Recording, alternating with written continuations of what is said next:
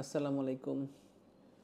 চোখের মধ্যে অনেক সময় অনেক রোগী আছে কিংবা অনেকে আছেন যে চোখ জ্বালাপোড়া করছে, এটা নিয়ে খুব সমস্যায় ভুগছেন, কিংবা চোখ ব্যথা করছেন, কিংবা চোখের মধ্যে খচখচ করছে।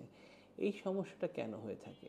এই সমস্যাটা হওয়ার একটি অন্যতম কারণ চোখের শুষ্কতা, চোখটা ড্রাই হয়ে যাওয়া। চোখটা যখন ড্রাই হয়ে যায় চোখ তখন চোখের ভিতরে খচখচ করতে পারে, চোখের ভিতরে জ্বালাপোড়া করতে পারে, চোখ ব্যথা পর্যন্ত করতে পারে।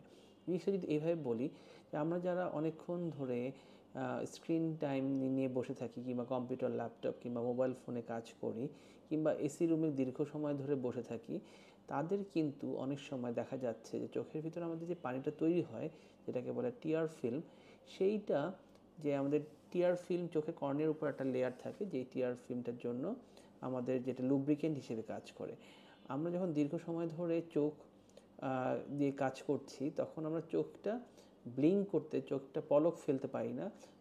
চোখ পলক না ফেলে আমরা কাজ করতে থাকি, কিন্তু পলক না ফেলার কারণে আমাদের চোখের ভিতরে যে পানিটা প্রডিউস হওয়ার জন্য স্টিমুলেশন হওয়ার কথা, সেই স্টিমুলেশনটা হয় না। যেমন আমরা 1 মিনিটে যদি 12বার চোখ ব্লিঙ্ক করি কিংবা চোখ পলক ফেলাই, সেখানে আমরা যখন কোনো কাজ কিংবা মোবাইল ফোন, ল্যাপটপ কিংবা কম্পিউটারে যখন অনেকক্ষণ ধরে কাজ করি, তখন আমরা এই ব্লিঙ্কিং যে যে পলক ফেলাটা অনেক কমিয়ে ফেলি। দিনে দেখা যাচ্ছে মিনিটে 12বার জায়গায় মিনিটে 2 থেকে 3বার হচ্ছে, যার কারণে স্টিমুলেশন হচ্ছে না, টিয়ার প্রোডাকশন হচ্ছে না, পানি প্রোডাকশন হচ্ছে না, যার কারণে কালো মণিটা, যেটা কর্নিয়াটা, আস্তে আস্তে ড্রাই হয়ে যাচ্ছে। তখন আমাদের চোখে অনেকে জ্বালাপোড়া করছে, চোখ লাল হয়ে যাচ্ছে, এবং চোখটা অনেক সময় যখন দীর্ঘ সময় ধরে ব্যথা করছে, কিংবা চোখ ব্যবহার মানে চোখের কোনো বিশ্রাম নিতে পারছে না, তখন চোখটা ব্যথা করা শুরু করছে।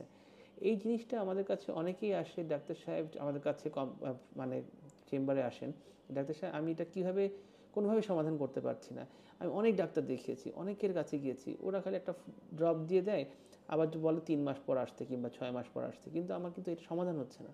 জি, এটা সমাধান করার একমাত্র একমাত্র সবচেয়ে সহজ পদ্ধতি হচ্ছে আপনার লাইফস্টাইলটাকে একটু চেঞ্জ করা।